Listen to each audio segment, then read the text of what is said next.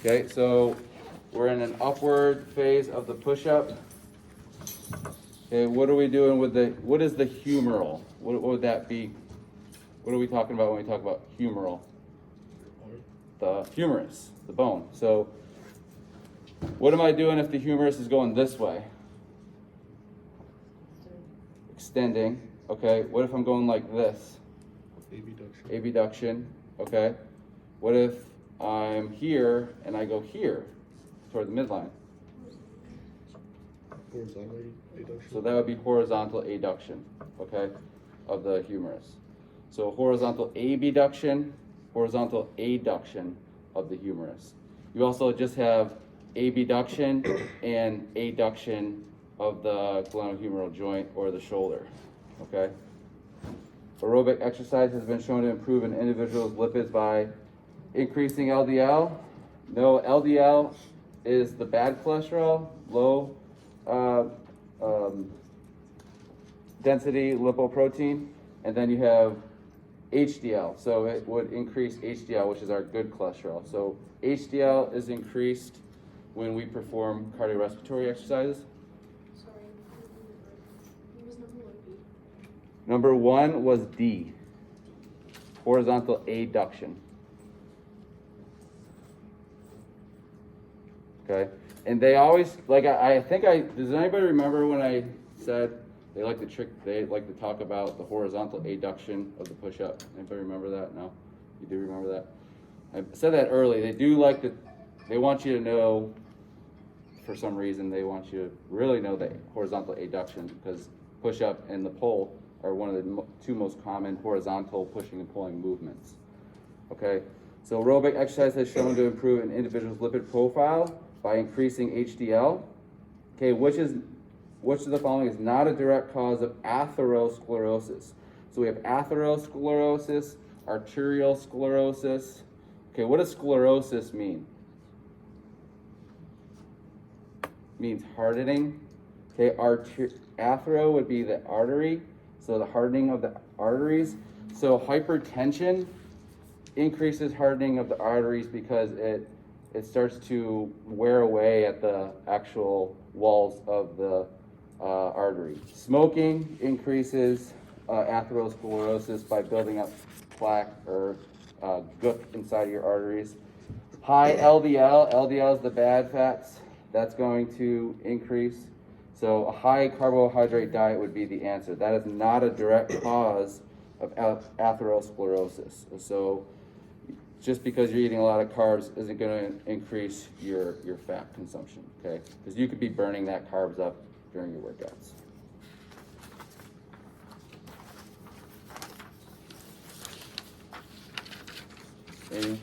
Amy? Sorry. Obesity in female is generally defined as a body fat percentage of what or higher?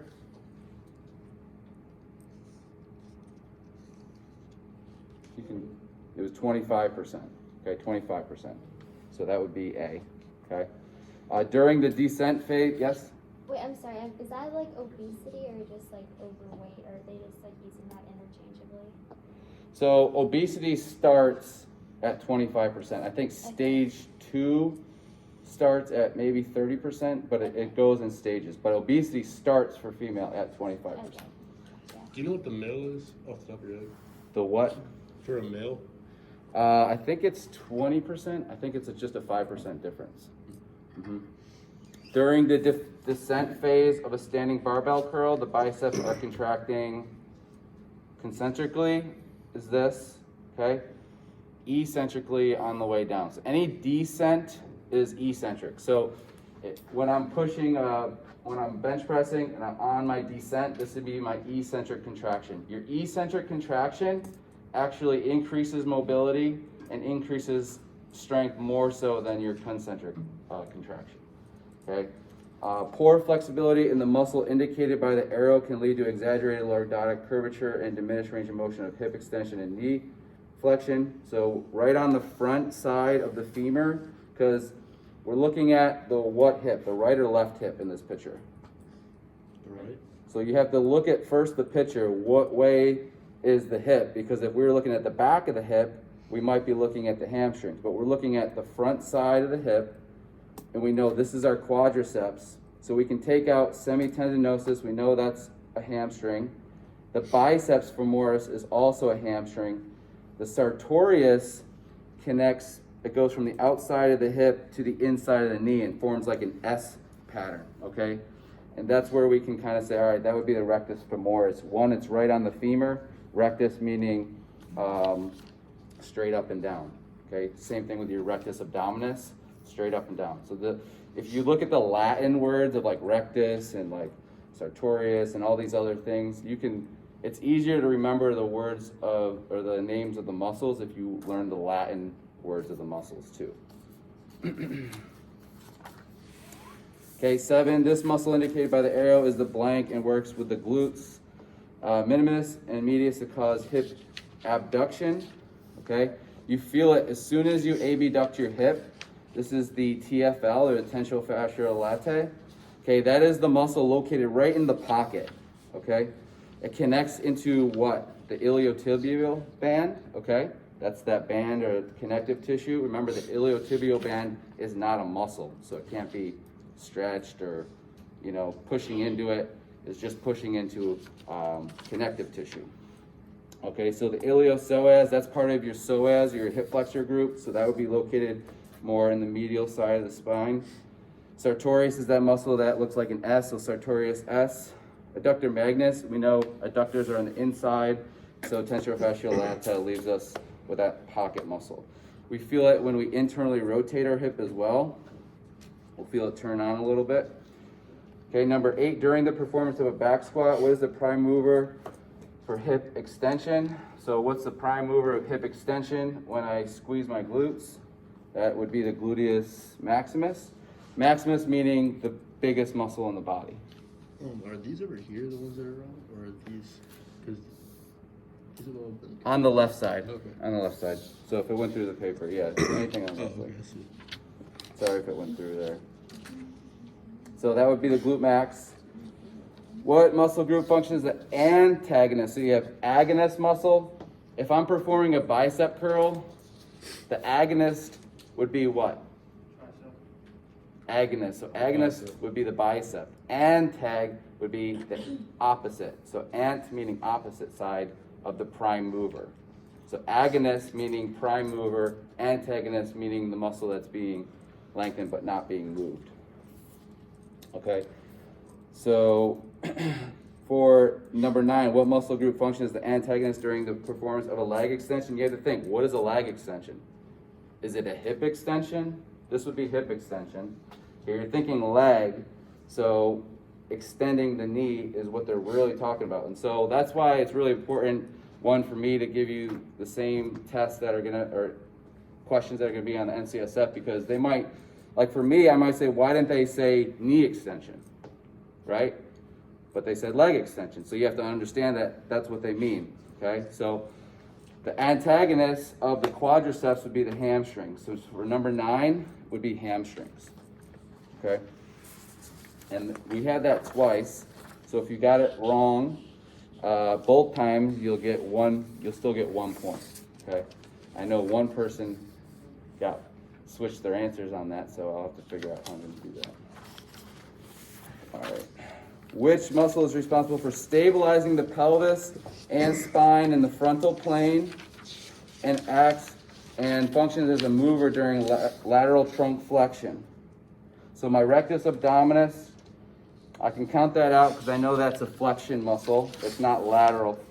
That's just anterior flexion. Okay, transverse abdominis. Okay, that would be a good choice because it says stabilizing the spine and hips, but it also acts as a mover during lateral flexion, so that makes this a little bit different. So the erector spinae is more of an extensor. The quadratus lumborum is what we're looking for. That is a lateral trunk flexor, okay?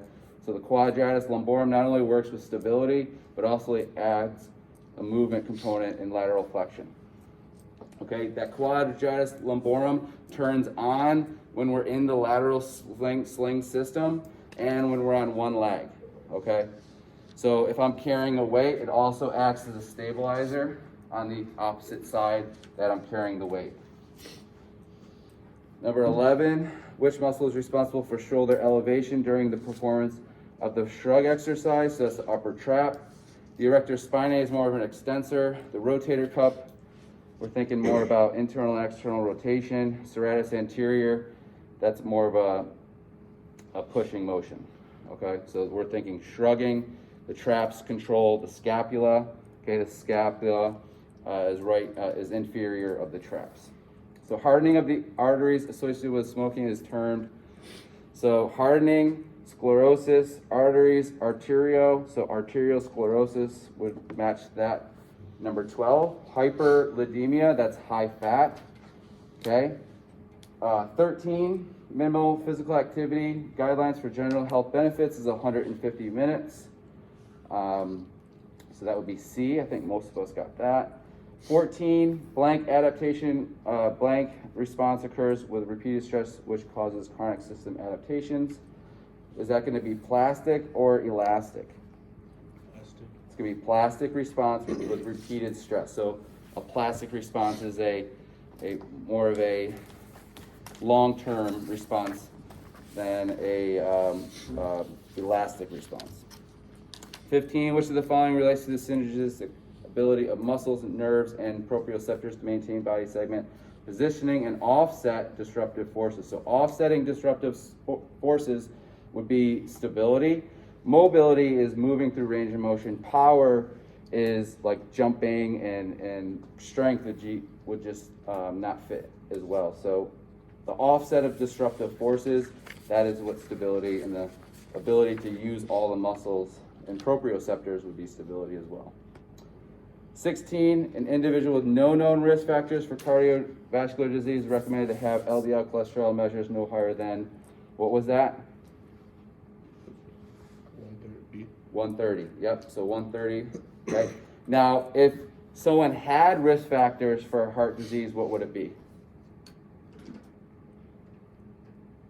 It decreases, so it would be 100. So if you have risk factors for cardiovascular disease, they want you at a lower LDL than someone without risk factors, because they know that they're more likely to have heart implications later on because of their risk factors.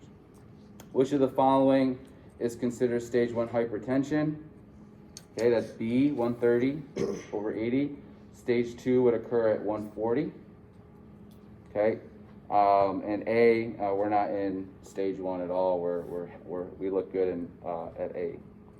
18, which of the following is the antagonist? We already went over this one, so that would be the hamstrings. Which segment of the vertebral column has 12 segments and a kyphotic curve? So when I think of the spine, I like to think of when you're about to eat. Okay, you have eight cervical, right? You eat at 8 o'clock in the morning, 12 lunchtime, and then 5. So 8, 12, 5, okay? So lumbar is the 5, and then you have your coccyx and sacrum, which are fused. So that would be thoracic. The thoracic or kyphotic curve is this curve like this. Lordotic curve is this. You have a lordotic curve in your lumbar and in your cervical spine, okay? You have a kyphotic curve in your sacrum and a kyphotic curve in your thoracic spine. 20, which represents the primary aspect of form closure. So structural contact efficiency of a joint would be the answer there. Okay, what has more form closure? Is it the shoulder or the hip? What has more form closure, the hip or the shoulder? Hip. The hip, good. What has more form closure, the hip or the knee? The hip. The hip, yep, the hip has the most form closure out of all of those, okay? The least amount of form closure occurs when you don't have a lot of structure around the joint, okay? Which sling system helps for actions such as stepping up a ladder or stairs? So once you're on one foot, that's what the clue would be there, was stepping on one foot, okay? That would be the lateral sling system. The anterior oblique system would be a lunge and a push. Okay, the posterior oblique system would be a reverse lunge and a pull. Okay, using the backside or posterior, anterior, front. Lateral meaning you are working in the lateral plane. What did you say 20 was? That would be the lateral. So B. 20. Oh, 20 is A. Structural contact efficiency of the joint. Muscle attachments around the joint, that would not be form closure, that would be force closure. That would be the difference. I could be, didn't you say 21 and 20 were extra credit? Yeah, so there's 22 total questions. So if you get 22, you get 22 out of 20. So there's 2 extra questions, plus you get 1 question right because I had 2. Okay. 22, blank is used to restore or enhance joint function via improvements to the neuromuscular and musculoskeletal systems. That's going to be corrective exercise. So that would be the definition of corrective exercise, to restore and enhance. So thinking of restoring, that would be more corrective, okay? All right. Any other questions before we move on? Yeah, what did you mean about if you got the question? I know, you're the, yeah. Was that, okay. What do I do? Do I do like write something on there? I'll have to figure that out with you, and we'll figure that out, because I think you're the only one that did that, so. I'll probably go with both correct for that, because you did get 1 correct. All right, let's go ahead and just toss, turn those into your left.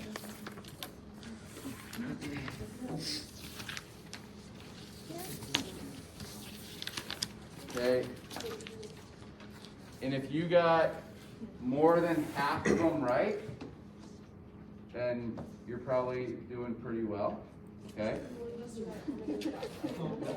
I'm gonna add them up.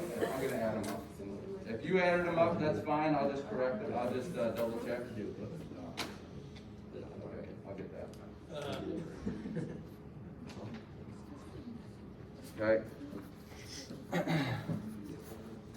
But just remember, you're being exposed to not only the questions that are available in, if you have the digital version of the book, I go over those in class. I also take questions that are from NCSF. They give me a bunch of questions that I can use. So I try to actually, yes? I wouldn't underline the correct answers. Is that okay? You're going to erase that since you're going to go. That's fine. That's fine. I'm just gonna double check just to make sure I didn't get any, I didn't miss any. Will we get those back? You won't get these back. But I did record this video, so you can always listen and watch the recorded video. All right, so a quick review on the energy systems that we learned from last class. What fuels energy from 1 to 3 seconds? Okay, Carter says ATP, correct. How much rest do we need to recover from that amount of stress? How much time do you think? 90 seconds. Yep, so it's gonna be 90 seconds. Okay, so if you're doing a vertical jump and you have students doing is just to see how high they can go, and you might wanna wait 90 seconds in between bouts. What about a 3-rep max? Okay. Okay, this is gonna be the creatine phosphate. Starts to take over from 3 to 15 seconds. That's that 3-rep max. They do like to ask that question on the final, and I know I always see it in their exams, because they want you to know the difference between 1-rep max and 3-rep max. And a lot of times we think a 3-rep max is shorter, so we think it could be ATP, but it's not. And how much time do we need to recover? Yep, 2 to 5 minutes. Good, Hendrik. Ooh. Sloppy today. All right, now what starts to take an effect up to 90 seconds? Okay, not the aerobic. Starts with a G. Glycogen. Glycolytic. Okay, the glycolytic system primarily uses what as a fuel source? Well, it turns this into ATP. Sugar? Sugar, carbohydrates. Yep, mainly sugar. Okay. What is a byproduct of glycolysis that triggers the Krebs cycle?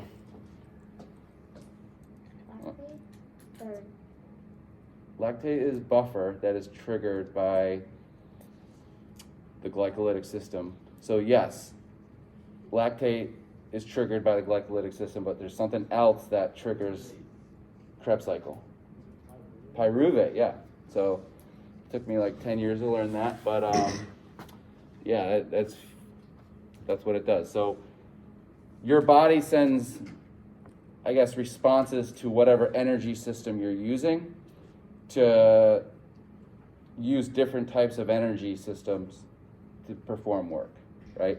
So once we get to the glycolytic system, we're using mainly sugar, but once we get past that 90 seconds, what do we start working in?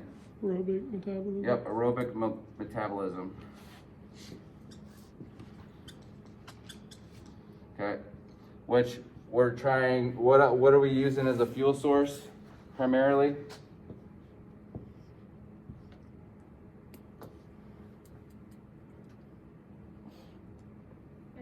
Fat, yeah, nice. So fat. Okay. And that is a long process to be able to, well, fat is a longer process, so that's why it takes a longer amount of time to trigger aerobic metabolism. So it takes 3 minutes for your body to say, all right, we need more energy, but we don't have any more sugar, I mean, we do have sugar, we're not running out of sugar, but we need something that's more efficient, right? Because if we run out of sugar, what happens? What type of fatigue do we run into? We have 3 types of fatigue. Is it acute? So it's, I heard 2, but it's the third one. Central? So we have acute fatigue, general fatigue, right? And then central fatigue. So once we run out of sugars, we begin to have general fatigue.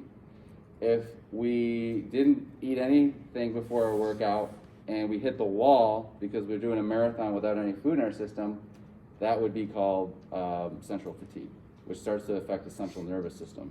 What's your opinion on like fasted workouts? Like, would that dive like straight into your fat stores and get rid of That would cause more stress on your system because it would start using fats as fuel instead of sugar, and you may start, protein as fuel instead of sugar, which is catabolic, which breaks down muscle tissue instead of builds tissue up. So you definitely, as far as fasted cardio goes, there's been a lot of research that kind of debunks that, but there is a lot of research for it. That's kind of like more of a, some people can just take their own opinion on that. I've done fasted cardio and I feel like really weak after. I feel like I do have a little bit of general fatigue. I wouldn't recommend it anymore. I don't do it anymore, but sometimes I just don't like eating in the morning before my workout. So am I fasted working out? Sometimes, most of the time, because I just generally don't like to eat a lot before my work. So I guess it depends on who you are. If you're an athlete, then I would have my athletes, no matter what, eat before the workouts, because that's really important to have the energy stores. Last class, I forgot like what the topic of discussion was, but I remember you said like drink chocolate milk after. Chocolate milk, yeah, that's because of the ratio of carbs and protein, right? Because you're gonna have 3 to 4 carbs of a ratio compared to the protein in there. So that's always been a recommendation for athletes as well. But I mean, if you're lactose intolerant, that's probably not a good idea. What did it like say about like it said like the fat burning zone wasn't actually like legit? Okay, so yeah, so the fat burning zone is slow, long duration, slow intensity. You get to a steady state. They want you to know that you reach a steady state where you don't burn. You're becoming efficient at burning calories. So in order to actually burn more calories, you have to increase the intensity, and then also probably increase the rest periods, rest periods between sets in order to recover the heart. Because you can, like we talked about, you can cause what we have 2 different types of stress. Remember the 2 different types of stress? We have, one starts with a U, one starts with a D. So you have EU stress, which is good stress, and distress is bad stress. So if we're doing long duration, slow aerobic training, that's actually, for long periods of time, that's actually going to increase catabolism, breaking down muscle tissue. It increases cortisol levels, which tell your body, oh, cortisol, it's a good and bad thing. When it occurs, it's probably not good because it's telling your body it needs, it's like a buffer, it's like lactate. It's in a response to long efforts. So cortisol occurs because you're doing something that's very high intensity for a long time and your body needs a hormone to keep going. So in response to exercise. So distress, eustress, those are important to know. Let's see here. We went over the test, we went over a little bit of review. Cardiophysiology of the heart. What do we call the heart muscle? Cardiac muscle? Yeah, it is cardiac muscle. Smooth, right? Smooth. No, yeah, definitely cardiac because we have smooth skeletal, and smooth muscles would be the organs. Cardiac muscle is just in the heart. Then you have your skeletal muscle, which is in the major muscles, okay? Cardiovascular physiology, when it comes to blood pumping, do the arteries pump away from the heart or toward the heart? Away. So when I think of arteries, I think away, okay? Arteries, so we're pumping out through what major artery when we pump blood up to our body? So it's starts with an A. Aorta, okay? And it goes out, arteries to our limbs, right? Arteries turn into what? Vein. So arteries turn into, before capillaries, getting there. So arteries turn into arterioles. So there's atherosclerosis and arterial sclerosis, which means hardening of the arterioles, right? So you have different types of hardening in different places. Is it the same amount of like which one's worse? Or is it both like equal? They all have issues, because I mean, a clogged artery in a big artery can cause a heart attack or stroke. Whereas if you have arteriolosclerosis, a hardening of the arterioles, that's more, you're looking at more of a renal failure, kidney failure. It's in the smaller aspects of it. So we go from arteries to arterioles to capillaries, like Harrison said. And capillaries diffuse what between each other?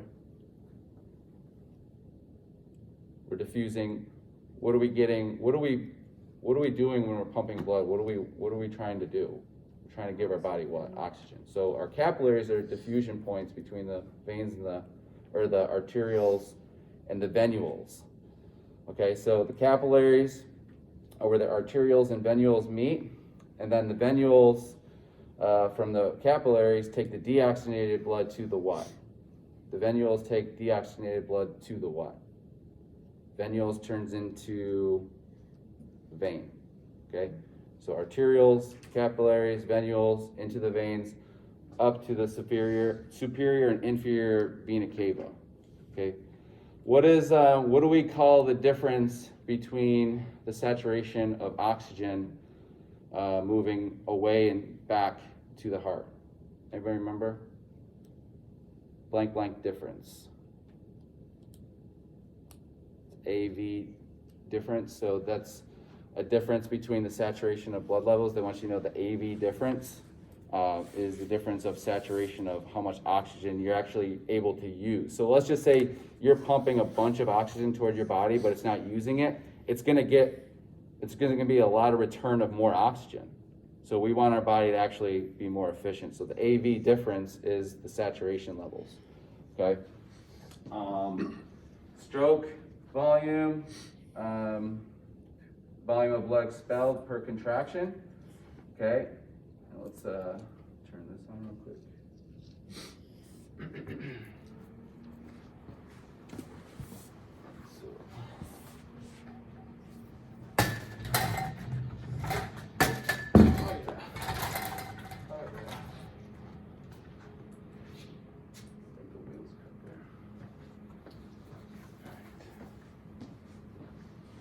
Okay, diastole and systole. Okay, systole is when we contract, right?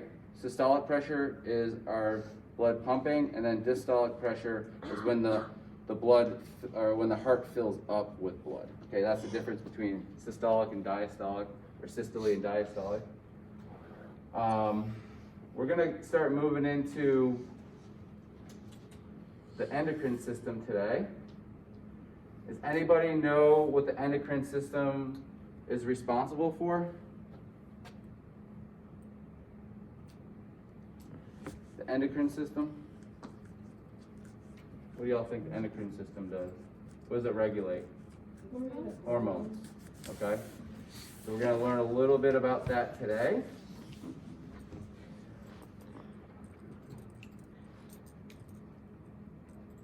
Oops. Hello everybody, today we're going to be talking about the endocrine. Nope.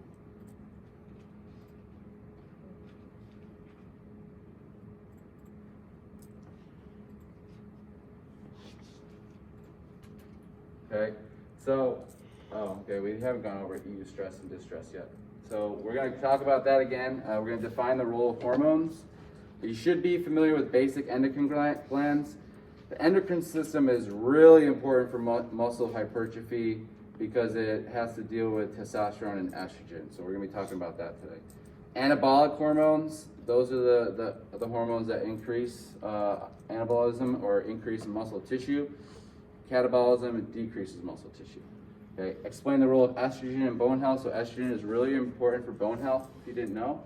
Understand the role of insulin for sugar regulation. Where do you think insulin is excreted from? Pancreas.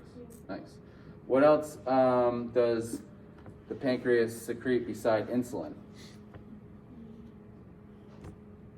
Anybody know? What does it start with? The G.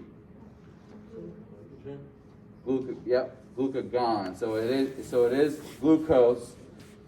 And why would the pancreas either send out insulin or sugar or glucagon? So it's called glucagon because it's in the pancreas. But why would the pancreas send out insulin in response to what?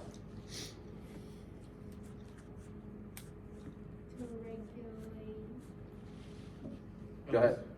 To regulate blood sugar. Okay. And you want to tell us maybe a little bit about it? I mean, usually, like, because I have type 1 diabetes, so when I eat, I take an insulin shot. Mhm. That's just to, like, stable out my blood sugar to where it's not too high. And when it gets low, I usually eat something that has, like, high sugar in it to bring it up. Mhm. The pancreas will release sugar if you don't have a lot of sugar in your body. So it's actually, and if people can't do that themselves, then they obviously have to eat sugar. But the pancreas can also give you sugar or put insulin in your system, which decreases sugar, right? Yes, sir. Okay. I tried that low carb diet. Mm-hmm. Every day my sugar, like, dropped from, Yeah. like, soccer and, like, being active. Yeah, you gotta really pay attention to what you eat, right? For sure. We'll talk about how the adrenal hormones impact exercise. Adrenal means on top of, renal means the what? Kidneys. Yep. And that's another way to remember things, is, like I said, is understanding the Latin language. I know the medical terminology. Understand how anaerobic and aerobic training affect hormone release and adaptation. What's the difference between anaerobic and aerobic training? Anaerobic is without what? Oxygen, and aerobic training is with oxygen. So you could basically hold your breath and do a set, right? Whereas if you're gonna run a long distance marathon, it's basically all oxygen. You're breathing really heavy. Like the ATP system, absolutely, you don't need really any oxygen for that, right? But once you start moving a little bit more, yes. So the endocrine system is a complex network of organs that directs all bodily systems, located all around the body, impacts reproduction, growth, tissue repair, recovery, exercise, adaptations, and energy metabolism. What gland do you think impacts energy metabolism the most? Hendrik, what do you think? What do you think is our thermoregulator for energy metabolism? Carly? Yeah? Is it your thyroid? Yes, it is your thyroid. So you can be you can have hyperthyroidism or hypo, low or high thyroid. We'll talk about that and what that means. Some organs surpass their endocrine role, such as the hypothalamus and pancreas. So they do more than just one thing. Hypothalamus, located in the mid of the brain. Pituitary is inferior or below the hypothalamus. The pineal gland is posterior or behind the pituitary gland. Thyroid right in the throat area. The thymus is below the thyroid. The liver is that big, meaty organ on that right side. As you can see, we're not symmetrical inside of our bodies, right? We don't have two livers. We don't have two hearts, right? We don't have two pancreas. So everything's kind of pushed around and asymmetrical inside of us. We actually have 3 lobes of lung tissue on our right and only 2 lobes of lung tissue on our left. Ovaries, there are gonad hormones, the testes and ovaries, which are the reproductive hormones. Placenta, during pregnancy, that releases hormones, but only unless you're pregnant.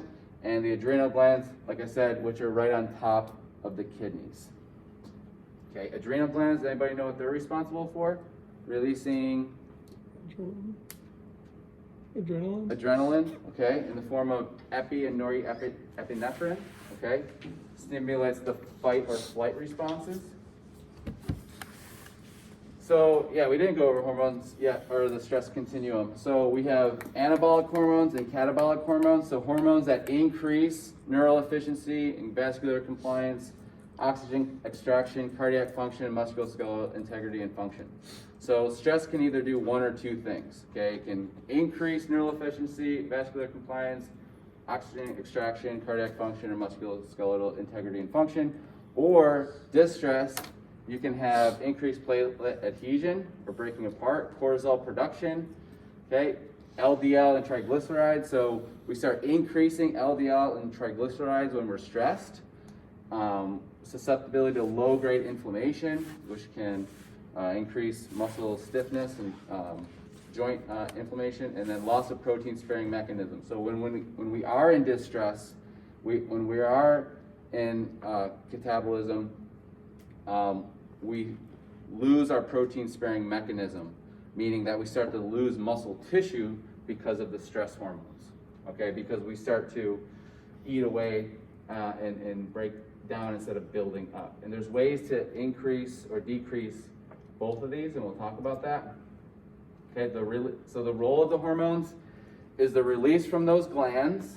So these hormones will be released from these glands, okay, to direct actions of other tissues via chemical signaling. So they send these messengers, and the messengers go to wherever the location that is needed, and then expels their neurotransmitters and then diffuses into either a cell membrane on the outside or goes straight through it. So there's steroid and polypeptide hormones. The difference between those two, does anybody know the difference between steroid and polypeptide?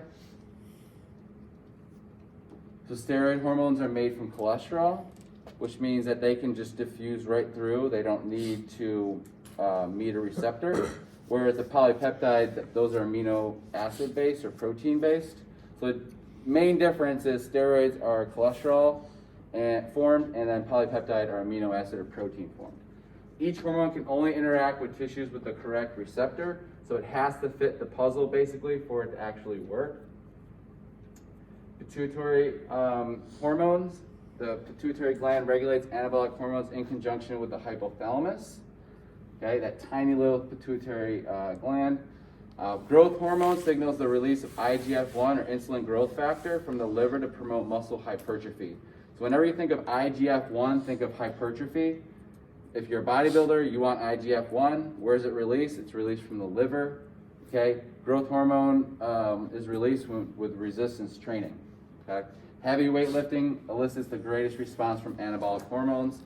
So if you're not resistance training, then you're not going to be building, right? So you might be in catabolism or a catabolic stage if you're not actually resistance training. So your body actually needs that in order to grow or promote muscle. The gonadal hormones, okay, these are the reproductive primarily released from the reproductive organs, such as the testes and ovaries, to regulate sex-specific characteristics, okay? Testosterone promotes lean mass development in response to intense weightlifting in both sexes. Men have 10 times more natural concentrations than women, which is the reason why men tend to have more muscle mass and tend to have lower body fat percentage because of the testosterone. Why does so many like athletes, like you said, to like dope and everything? Isn't it like a really common one? Oh yeah, testosterone, PEDs, any type of performance enhancing drug, athletes are gonna do, anything that they can get their hands on without getting caught, they're gonna probably do. And I would say that 80% of NFL players have at least taken steroids once. So is testosterone on the same level as steroids, as in like? You create your own natural testosterone, But if you like take a but supplement. if you take either a supplement, your body stops making it. And that's the problem with taking steroids, is once you come off of it, your body has a tough time at regenerating that testosterone, which increases actual estrogen levels, which increases breast tissue. So people that come off steroids can start beginning to develop breast tissue. Hormonal issues can happen, like with just anxiety and stress, because of the fact that you're losing the muscle. So then there can be some psychological things that can happen. But a lot of times, if you're in an athletic setting, you're probably being monitored by someone who knows a lot about this kind of stuff, and those are usually just a lot of shady things that are happening behind the scenes that nobody ever talks about. That happens in almost every professional setting using testosterone. This is kind of off topic, but at my gym at home, there's like a major problem with like people selling steroids, and there's this one guy who would sell like oil, like vegetable oil to kids who like think that Oh gosh. like they're getting something. It's really So then they it's just sad. ingest the oil, like Yeah. olive oil or something. I was wondering what your thoughts are on like HGH. Human growth hormone. Because I don't know, how is that fair for people who aren't taking them? Like, say in the future, if they went to like a pro football league or baseball league or something like that. Yeah, it's not fair. I mean, human growth hormone, you have to actually inject, and you have to get it from a cadaver, or you have to make it synthetically. So the process of taking growth hormone is ridiculous of itself, and it takes that, I don't know, I think you have to have like something else in you to want to take something outside of what your natural capabilities are. Someone's usually probably pressuring that individual. Some people don't feel like they have a choice. Like the competition is so tough that they see other people doing it, see teammates doing it, and then they just kind of get like pushed into it. So, but growth hormone, extensive growth hormone. I mean, there's people with, ever heard of Andre the Giant from the WWE? So he had natural production of growth hormone, overproduction of growth hormone. It's actually associated with gigantism. It's actually a disease. But you can have mass promotes of, some people have naturally more testosterone and growth hormone, and you can see it. They have more hair on their face when they're younger, they're bigger, they might be stronger, and that might just be more natural. But we'll talk more about growth hormone in a little bit. Estrogen is an integral to bone maintenance in both sexes. Men must convert testosterone into estrogen, which is called estradiol. The pancreatic hormones we talked about. When you have low blood glucose, the pancreas releases glucagon by the alpha cells of the pancreas, which releases it into the liver, liver releases into the blood, and then achieves normal glucose levels. So you're always trying to achieve homeostasis in your body, whether it's your heart rate, blood sugar levels, water levels. Like if you're holding a lot of water, your body knows what to do with it. The pancreatic hormones regulate blood sugar to limit levels to limit hyper and hypo, so you don't want to be too high or too low. Regulation is facilitated via insulin and glucagon, and pancreas also produces digestive enzymes for nutrient absorption in the small intestine. So if you have high blood glucose, insulin is released, and muscle and fat cells take glucose from blood to achieve normal levels. So if you have too low of sugar levels, you're going to want to the insulin will release glucagon, and if it's too high, the insulin is released. Now we know that if you're constantly pushing the pancreas to produce insulin because you're constantly eating sugar, what happens? You become insensitive to the response. The insulin just stops basically working, right? You kind of like, you're overloading the system. Thyroid hormones. The thyroid manages metabolism in coordination with the hypothalamus and pituitary gland. Thyroxine and tridithyronine are T4 and T3, so they typically will call them T3 and T4. And there is something like hypothyroidism or high or low thyroid promotes weight gain and limited mental or physical growth.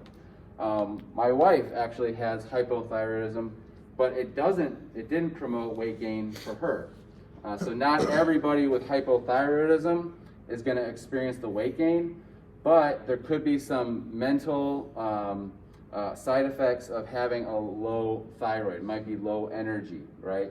So you might have some females have to get on, and males have to get on medications for the thyroid because sometimes it elevates their mood, sometimes it regulates their hormones a little bit better. So understanding the thyroid is really important. Adrenal gland, which we see is the top of the kidney. Okay, many different hormones are released.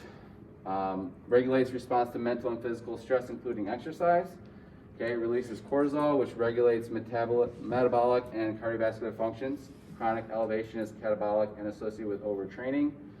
Okay, if you know someone that just overtrains and they look, and they're losing weight, they're probably in a catabolic state.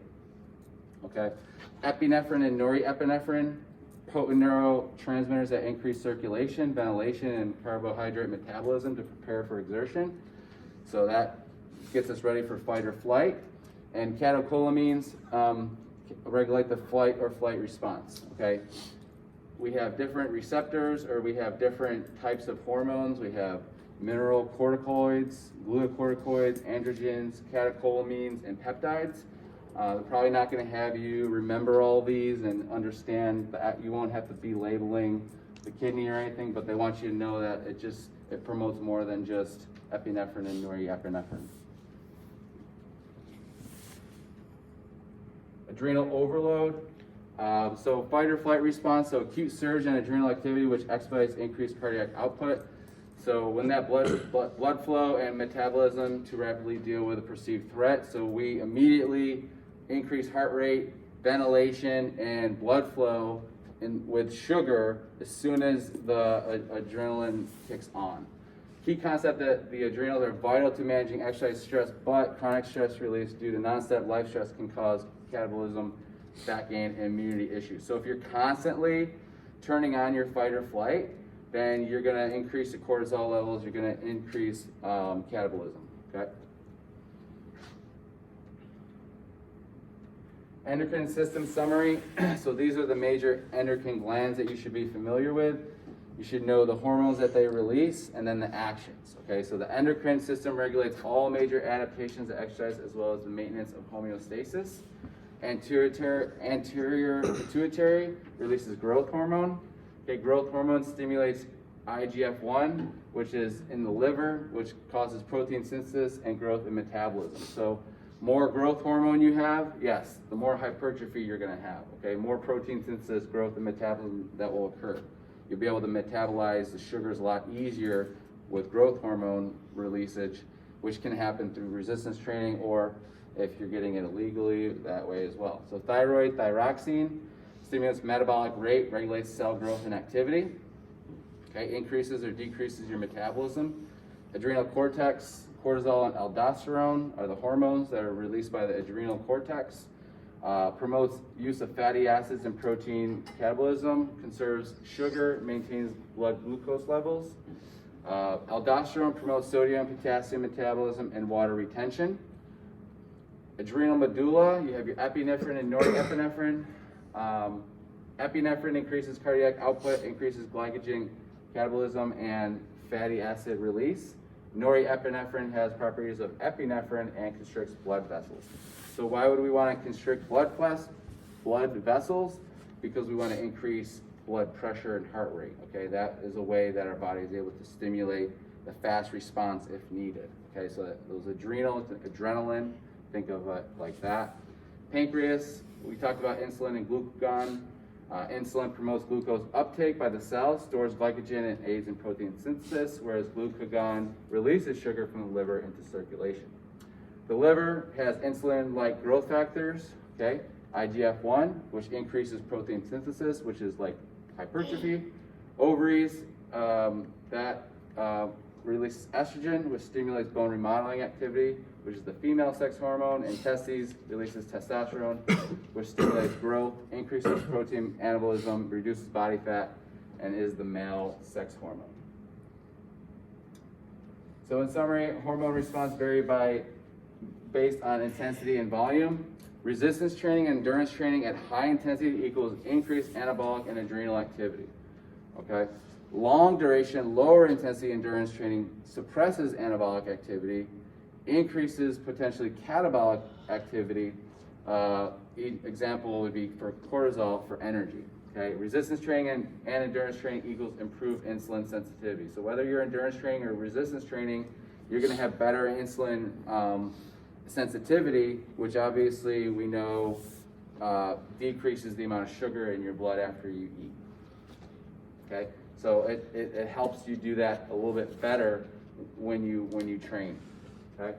Hormone activity is sensitive and variations, training intensities and volume. So you have high intensity training, particularly above lactate threshold, increases growth hormone release. So training in your lactate threshold zone will increase growth hormone. Okay, testosterone is suppressed during high intensity aerobic activities. So marathon runners, long distance swimmers, you're gonna see have the least amount of body mass and muscle mass because they're training at such high intensities for long periods of time that they're actually in a catabolic deficit. That's why swimmers have to eat sometimes, Michael Phelps was eating like 10,000 calories a day in order to maintain his weight and so he wouldn't lose everything. So it's really important. So even though he's eating like 10,000 calories, he's still like breaking down muscle?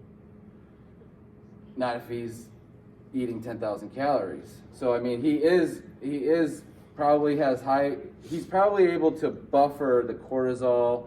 His body is probably adapted to the cortisol levels and to those extremes. Whereas if you have just your novice athlete do that, and if they don't eat properly, they might not ever get to that Olympic status because they didn't eat right the whole time, or they never maybe had, the skill to kind of get them over that hump of that lactate threshold or whatever it may be.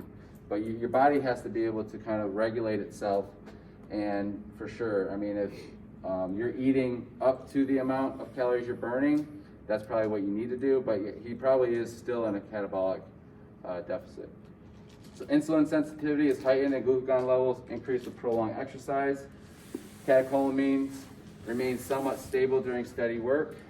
Cortisol activity increases with prolonged duration. Aerobic work does not stimulate growth hormone or IGF pathways for hypertrophy as seen during weightlifting, okay? So your hormone responses to resistance training. So growth hormone increases with resistance training. Thyroxine and T3 and T4 increase, and insulin decreases, okay? IGF-1, or insulin growth factor, which is in the liver for protein synthesis, increased cortisol and heavy exercise. Epinephrine is increased and testosterone is increased, okay? So those are all in response to resistance training. Too much cortisol is not a good thing, but regular cortisol amounts are not a bad thing. If you're constantly running on cortisol, that's going to increase that distress, okay? So we got training instruction, review. What we're going to do is, let's move it. We'll get back into training instruction on Tuesday. We'll watch the video. I'll allow you to stretch or foam roll during the video. After the video, we'll do a quick quiz on the endocrine system, and then we'll head out today. So if you want to stretch or foam roll during the video, that's fine. After the video, we'll do a quick quiz, formative quiz, not actually graded, and then we'll head out. We'll get into more training instruction on Tuesday, okay? So you can hang out wherever you'd like. Let me make sure I have my card here. Gotta get into that room. So if you want to roll or stretch, that's totally fine. If you don't want to roll or stretch, that's totally fine too.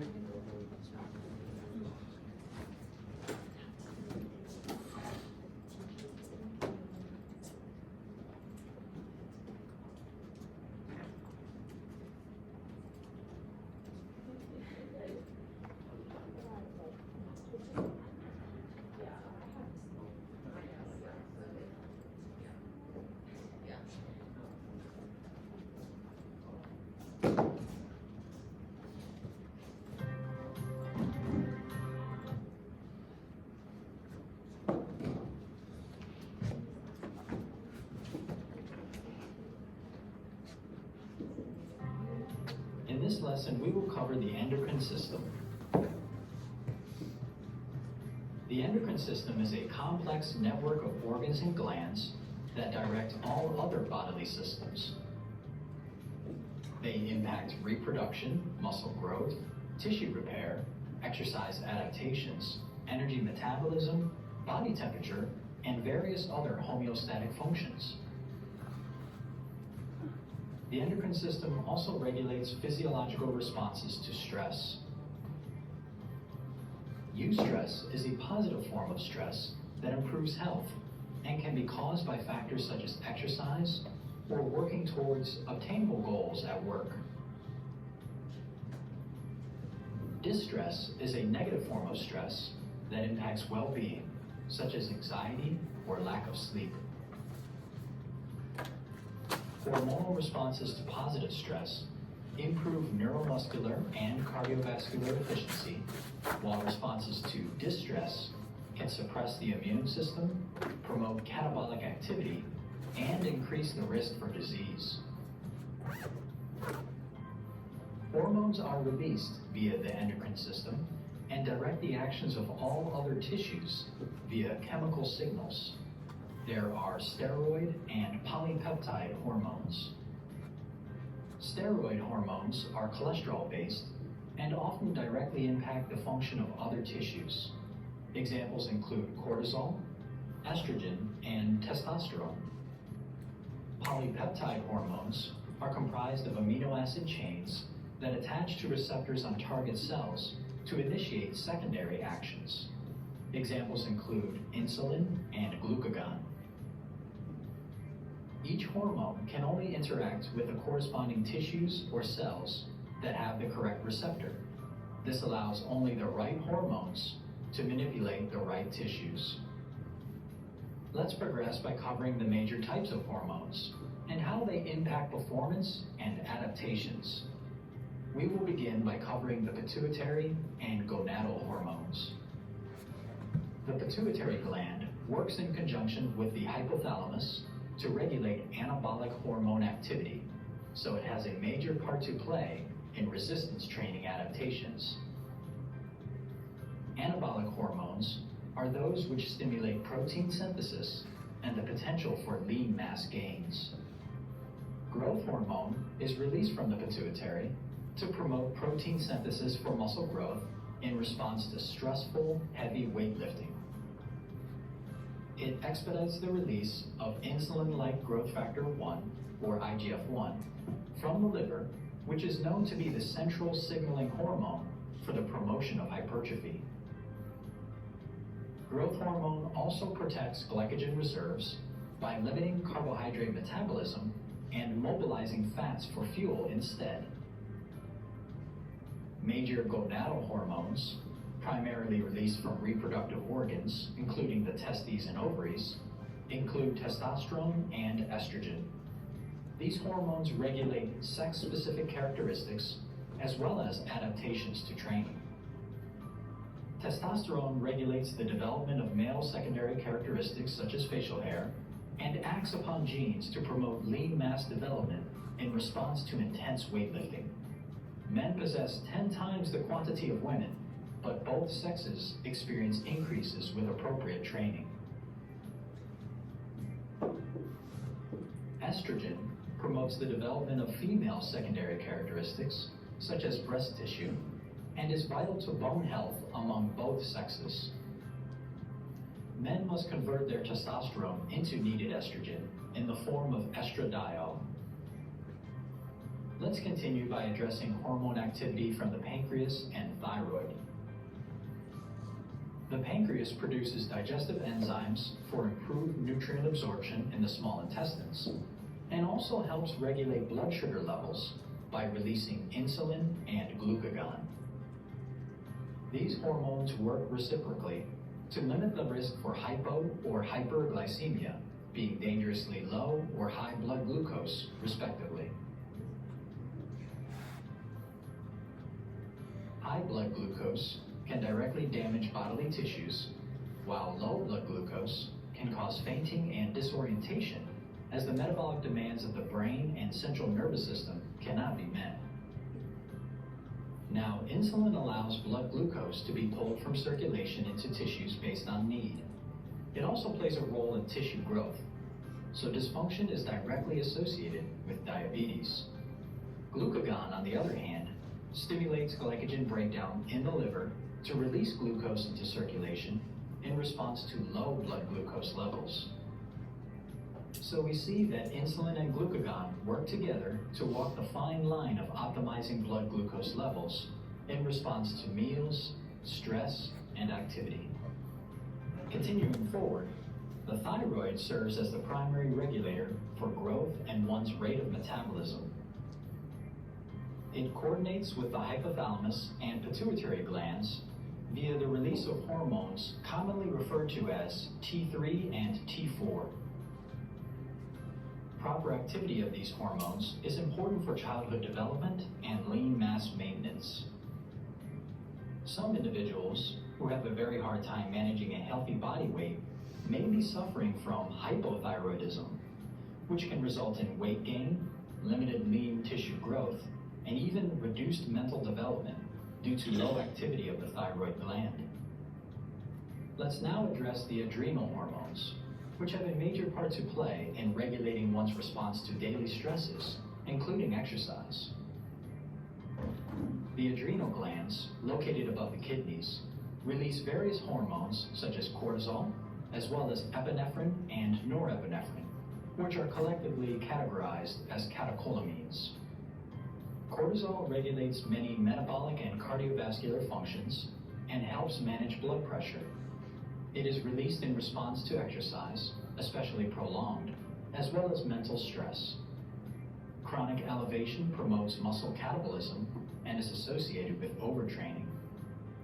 Epinephrine and norepinephrine both increase circulation, ventilation, and carbohydrate metabolism to prepare for exertion in response to a perceived stress. They are well known by their layman's name, adrenaline. They perform similar functions, but act on different receptors in tissues to maximize their response. Both are potent neurotransmitters that elicit what is called the fight or flight response. The fight or flight response is a surge in adrenal activity meant to protect the body from harm. The increase in cardiac output, blood flow, and metabolism allows one to either fight the perceived threat or get away from it as quickly as possible. Unfortunately, with the non-stop conditions of our modern society, excessive chronic release due to daily stress can promote catabolic activity and suppression of the immune system. The adrenal hormones are critical to dealing with exercise stresses, but adrenal overload due to anxiety or extreme work stress can have various negative impacts on the body, as touched on earlier in the lesson. Let's finalize this lesson by examining hormonal responses to different types of training. We find that hormone activity is sensitive to variations in training intensity and volume. In summary, resistance training and endurance training at high intensities increases anabolic and adrenal activity for muscle growth and stress moderation. Long duration, lower intensity endurance training tends to suppress anabolic activity while increasing potentially catabolic hormone levels, such as cortisol, to support energy needs. But both resistance training and endurance training improve insulin sensitivity for optimized glucose management. Here we see the specific hormone responses to intense weightlifting. The participant will experience increases in growth hormone, IGF-1, testosterone, epinephrine, cortisol during very heavy exercise, and thyroid hormones. We also see a drop in insulin production due to improved insulin sensitivity. This final response is why weightlifting is a staple of training programs for pre-diabetics. This concludes the lesson on the endocrine system. All right. If you want, you can do a pen and paper to see if you can get these right. Which of the following directs functions such as hunger, thirst, temperature regulation, and sleep? What do y'all think?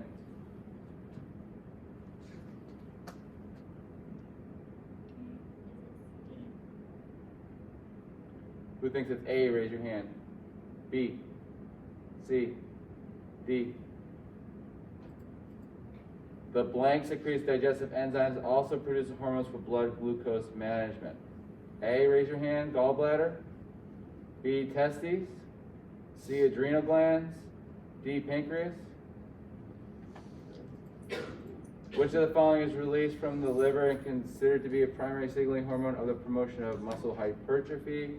Is it A, thyroxine, B, insulin growth factor 1 or IGF-1, C, estrogen, or D, testosterone? Who thinks it's A? B? C? D? It's in between B and C. All right, raise your hand if you think it's B.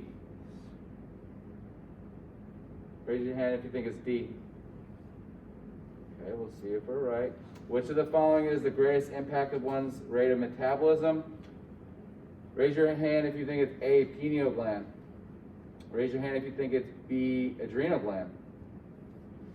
Raise your hand if you think it's C, thyroid. Okay, majority says C. Okay, true or false, cortisol levels are reduced with regular bouts of long duration endurance. Raise your hand if you think it's true. Raise your hand if you think it's false. So cortisol levels are reduced. Okay, that's false. Let's just see if that's true. Okay, males and females produce estrogen for the promotion and maintenance of bone tissue. Is this true? Raise your hand. False, raise your hand. Okay, we'll see. Most of us said true. Growth hormone promotes anabolic activity, protein synthesis, and carbohydrate sparing in response to stressful exercise. Raise your hand if you think it's true. Raise your hand if you think it's false. Okay, most people said true. You got to pick one though. Okay, what functions that help regulate blood glucose levels by stimulating glycogen breakdown in the liver? What do y'all think? You can just shout it out.